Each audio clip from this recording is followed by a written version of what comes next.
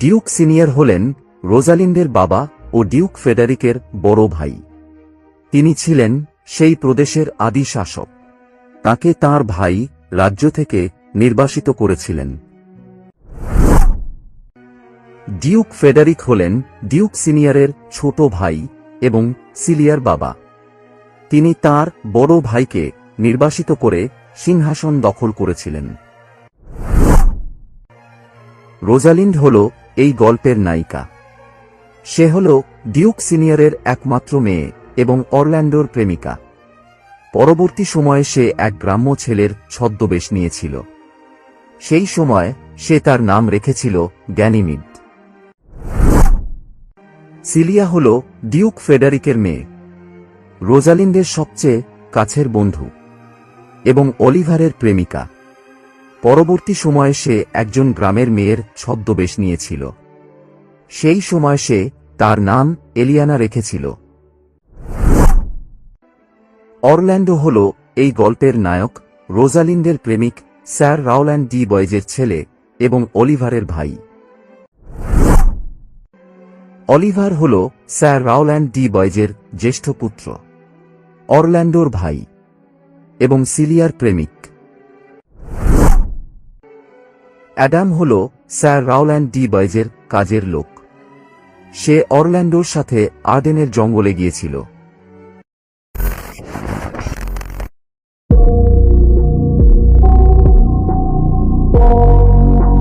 বহুদিন আগে ফ্রান্সে একজন আইনসম্মত ডিউক বাস করতেন।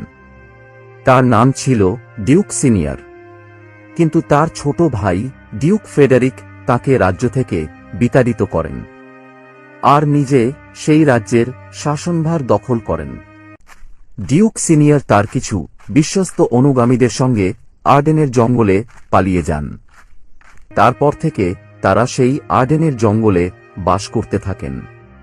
ধীরে ধীরে তারা সেই জঙ্গলের স্বাধীন ও অলস জীবনে অভ্যস্ত হয়ে পড়লেন। ফাঁকা সময়ে তারা গাছের নিচে বসে হরিণদের খেলা দেখতেন। মাঝে মাঝে তাদের আবার খারাপও লাগত, কারণ খাবারের জন্য তাদের সেই সুন্দর হরিণগুলোকে মারতেও হতো।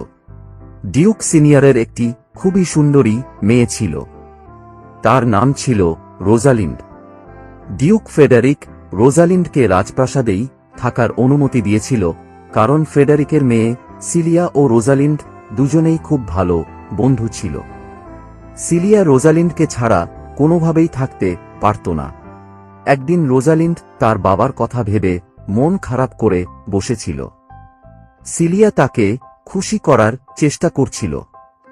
এমন সময় একজন সার্ভেন্ট এসে তাদের খবর দেয় যে চার্লস নামের একজন ভয়ানক রেসলার আজ লড়াই করবে।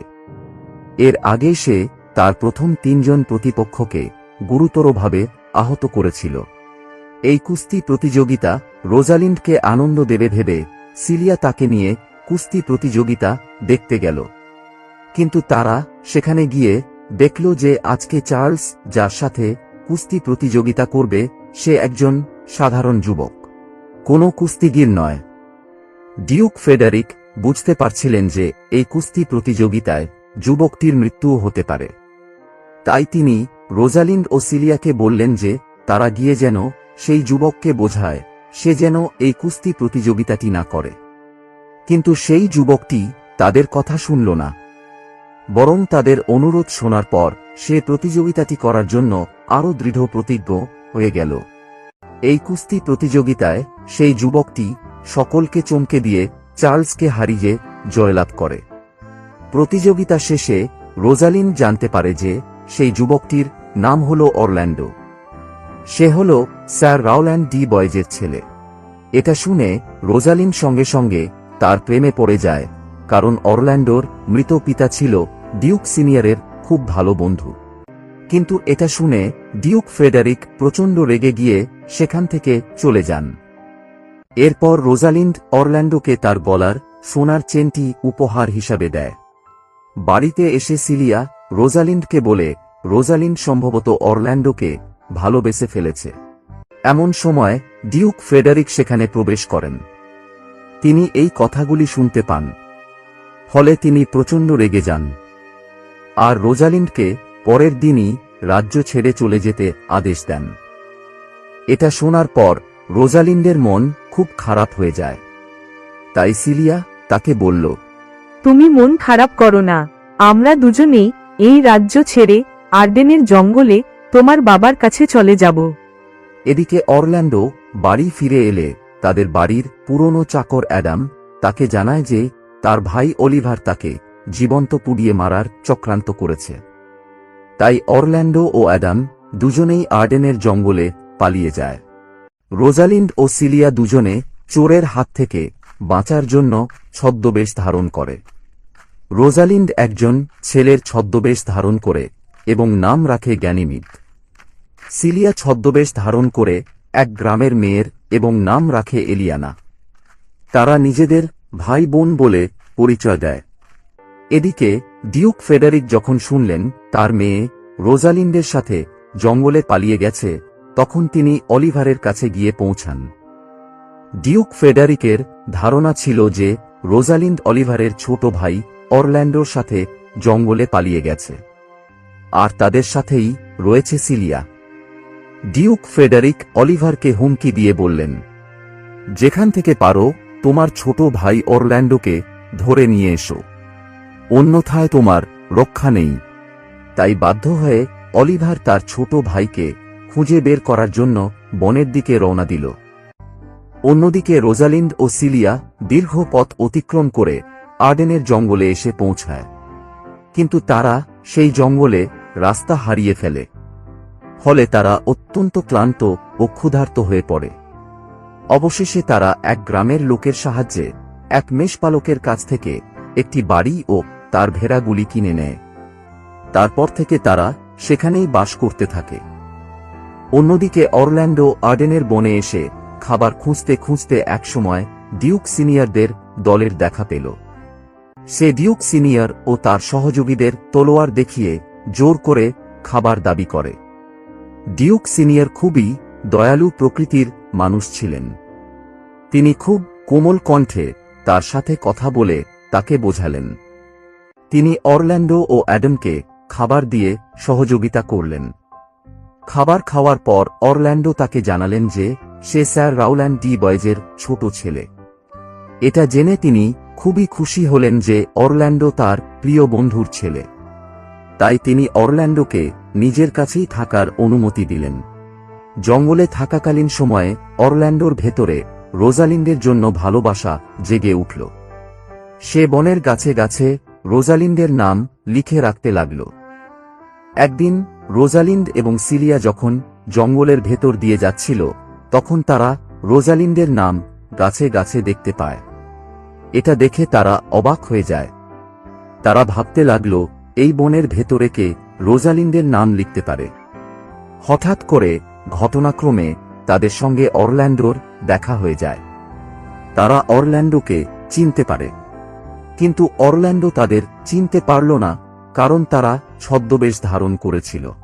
তারা অরল্যান্ডোকে জিজ্ঞেস করে অরল্যান্ডো রোজালিন্ডকে কতটা ভালোবাসে। অরল্যান্ডো তার উত্তরে অনেক কিছুই বলে। এগুলি শুনে গ্যানিমিড কথা দেয় সে অরল্যান্ডোকে এই অসুখ থেকে সুস্থ করে তুলবে, কিন্তু তার জন্য তাকে গ্যানিমিডের বাড়ি প্রতিদিন আসতে হবে। অরল্যান্ডো এই কথাতে রাজি হয়ে যায়। তারপর থেকে অরল্যান্ডো প্রতিদিন গ্যানিমিডের বাড়িতে আসা যাওয়া করতে থাকে। এদিকে অলিভার আর্ডেনের বনে আসে তার ভাইকে খুঁজতে। এখানে এসে হঠাৎ করে এক সিংহী তাকে আক্রমণ করতে আসে। ঠিক সেই সময় অরল্যান্ডো সেটা দেখতে পেয়ে তার ভাইকে সিংহীর হাত থেকে রক্ষা করে, কিন্তু সে নিজে আহত হয়ে পড়ে। এটা দেখার পর অলিভার তার অতীতের দুষ্কর্মের জন্য অনুতপ্ত হয়ে অরল্যান্ডোর কাছে ক্ষমা চায়। অরল্যান্ডো তার বড় ভাইকে ক্ষমা করে। অরল্যান্ডো অলিভারকে গ্যানিমিড ও এলিয়ানার কাছে পাঠায় এটা জানানোর জন্য যে সে আজকে সেখানে আসতে পারবে না। অলিভার তাদের বাড়ি যায়। সেখানে গিয়ে সে সমস্ত ঘটনাটি তাদের জানায়। গ্যানিমিড অরল্যান্ডোর আঘাতের কথা শুনে সঙ্গে সঙ্গে অজ্ঞান হয়ে পড়ে। অপরদিকে অলিভার ও এলিয়ানা প্রথম দেখাতেই একে অপরের প্রেমে পড়ে যায়। অলিভার গ্যানিমিডের বাড়ি থেকে ফিরে এসে অরল্যান্ডোকে বলল, আমি এলিয়ানাকে পছন্দ করে ফেলেছি, আর আমি তাকেই বিয়ে করতে চাই। আমি এলিয়ানাকে বিবাহ করে এই জঙ্গলেই থেকে যাব, আর আমার সব সম্পত্তি আমি তোমাকে দিয়ে দেব। তুমি এক্ষুনি এলিয়ানার বাড়ি যাও। তুমি ওকে গিয়ে জিজ্ঞেস করো যে সেও তোমাকে বিবাহ করতে চায় কি না। সে রাজি থাকলে কালকেই তোমাদের বিয়ে হবে। অলিভার যখন এলিয়ানার বাড়ি গেল, ঠিক সেই সময় গ্যানিমিড সেখানে এসে হাজির হল। সে এসে অরল্যান্ডোর শরীরের অবস্থা জিজ্ঞেস করল। আগামীকাল অলিভার ও এলিয়ানা বিবাহ করতে চলেছে। আমারও খুব ইচ্ছা আছে ওই একই দিনে রোজালিন্ডকে বিবাহ করার। তুমি যদি তাকে এতটাই বিবাহ করতে ইচ্ছুক, তাহলে আমি কথা দিচ্ছি আগামীকাল জাদুশক্তির মাধ্যমে রোজালিন্ডকে সেখানে হাজির করব। কিন্তু তুমি এই বিবাহতে অবশ্যই ডিউক সিনিয়রকেও আমন্ত্রণ জানাবে। পরের দিন সকলে মিলে ডিউক সিনিয়রের কাছে পৌঁছায়। ডিউক সিনিয়র এটা জেনে খুবই অবাক হলেন যে তার মেয়েকে সেখানে নিয়ে আসা হবে। গ্যানিমিড ওরফে রোজালিন্ড ডিউক সিনিয়রের কাছে অনুমতি নেয় তিনি এই বিয়েতে রাজি আছেন কিনা। ডিউক সিনিয়র জানান এই বিয়েতে তার কোনো আপত্তি নেই। তখন গ্যানিমিড ও এলিয়ানা বাড়ির ভেতরে গিয়ে ছদ্মবেশ ত্যাগ করে পুনরায় তাদের আসল রূপে সকলের সামনে হাজির হয়। এতে ডিউক সিনিয়র খুবই খুশি হন। ঠিক সেই সময় খবর আসে ডিউক ফ্রেডারিক নাকি প্রচণ্ড রেগে গিয়ে তাদের উপর আক্রমণ করার জন্য দলবল নিয়ে বনের দিকে এগিয়ে আসছিলেন। কিন্তু পথের মধ্যে তিনি একজন সাধুর শরণাপন্ন হন। ফলে তিনি অসৎ পথ ত্যাগ করে তার সমস্ত সম্পত্তি ডিউক সিনিয়রের নামে করে দেন। আর তিনি ঠিক করেছেন তার বাকি জীবন তিনি বনের কুটিরেই কাটাবেন। সব শেষে বনের ভেতরে সকলের উপস্থিতিতে রোজালিন্ড ও অরল্যান্ডো এবং অলিভার ও সিলিয়ার বিবাহ সম্পন্ন হয়। তারপর থেকে তারা খুশি খুশি জীবন কাটাতে থাকে।